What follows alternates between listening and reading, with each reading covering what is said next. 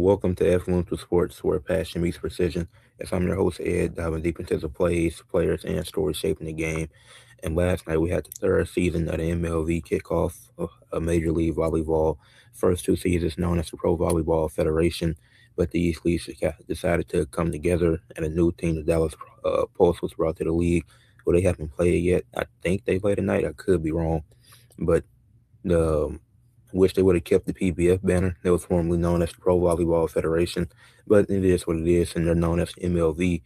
And kicked off the season with the worst team in the league last year, the Columbus Fury, taking on the Atlanta Vibe, who were a playoff team. Did lose first round, but they're one of the four teams to make the playoffs. So this was an interesting matchup to get the year started. Two of the younger teams in the MLV, and my Columbus Fury got a win. So I'm happy about that. Starting the season on a high note, getting the win, but it wasn't easy. It wasn't easy as the first set started off, and really most of the sets were. Cause every set was competitive from start to finish, especially the first set, and that ended with I think Cora Lewis. She ended that one, and the Vibe got two of my favorite players, and Cora Lewis, and who am I forgetting? Oh, Raven Colvin. Yeah, I don't know how I forgot her name. But yeah, Cora Lewis, she had the game selling block at the end. The Vibe won the first set 25-23. And then second set start, Leah Edmond gets a block immediately. And then that set, the second set was the best set. It went to extra points. It was 25-25 at one point. And it was going back and forth. Didn't know who was going to win it. And the Fury ended up winning 31-29 in that second set. And it was tied one set apiece for both teams. And one thing that was valuable for the Fury was the new height that they added through the offseason. So that proved to be very valuable in this game for the Fury throughout. It especially showed in the second and third sets, but especially in the third set, like the middle of it, the Fury end up another close set. They end up winning 25-23 in the third set, and they led 2-0.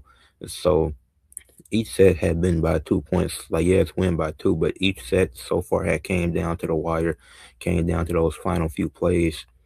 And then late in the fourth set, the Fury went on a 4-0 run, so Atlanta had to call a timeout. It was their last timeout, I think, in that set that they had to burn because of the run that the Fury went on. Then the Fury scored again, ended the fourth set on a 6-0 run to end up winning 25-19. So after it was tied 19, the Fury six straight points, and they the ended up winning the third set and ended up winning the game. And this was the best set for the Fury. Even once again, every set was really back and forth until it got to that last set, which was the fourth one, and the Fury just took over during those final few minutes and got those last 6 points to end up winning. And it was back and forth for the most part, but then once it was tied 19-19, that's when the Fury took over and they ended up winning. The Fury finished they won the game 3-1 to start the season 1-0, already off to a better start than last year. Atlanta starts the season 0-1, but Atlanta did look good in this game. As far as Atlanta goes, they could have been better. It was really that fourth set that got them the end of stretch. But Leah Edmonds, she finished with 17 points, 16 kills, 12 digs, and 4 blocks. And it was who Cora Lewis. She only had 9 points in this game, and she had. I'm trying to see how many kills she had. She had 7 kills, so it wasn't a great game for Cora Lewis. 5 digs. Obviously, could have played better, but it's just opening day, so I think she'll be fine. And then their assist leader was Maddie Walk. She had 49. And then she had 47 assists. Contributed to most of the assists that the team had. Then Pia and Britt, they both had double-digit digs as well as Leah Edmond, as I pointed out. So it was a solid game from the Vibe. It was just that fourth set that really got to him. And then um, as far as the Columbus Fury go, Raina Terry, she had 27 points, 27 kills, 8 digs, and 4 blocks. That's going to be stopped. Phenomenal play from her and what she was able to do. So that was much needed. And they were able to get the win. Then you had three players. They had four players on the Fury that had double digit digs, and Ashley, she had 10 assists and 12 and 10 digs, so she contributed to most of the assists. We had a really great night for the Columbus Fury. Great way to get the season started. The Atlanta Vibe didn't look bad. Like I said, first three sets they lost. The first three sets it was just a margin of six. Well, might be doing because the Fury won two out of three sets, so that would be a 4 point margin. Yeah.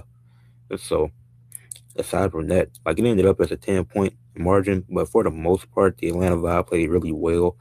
But that can't be a problem they have for all year. They got to do better closing games because that was the last set. Because they could have went to five if they was able to win that set. But even if they didn't win it, they can't close a set like that allowing a 6-0 run. So that's something that the Vibe definitely had to improve on throughout the season and still a 28 game season. So we'll see what happens with that. But a really good win for the Columbus Fury. Great way to get the season started. So I'm happy, glad that we got the win.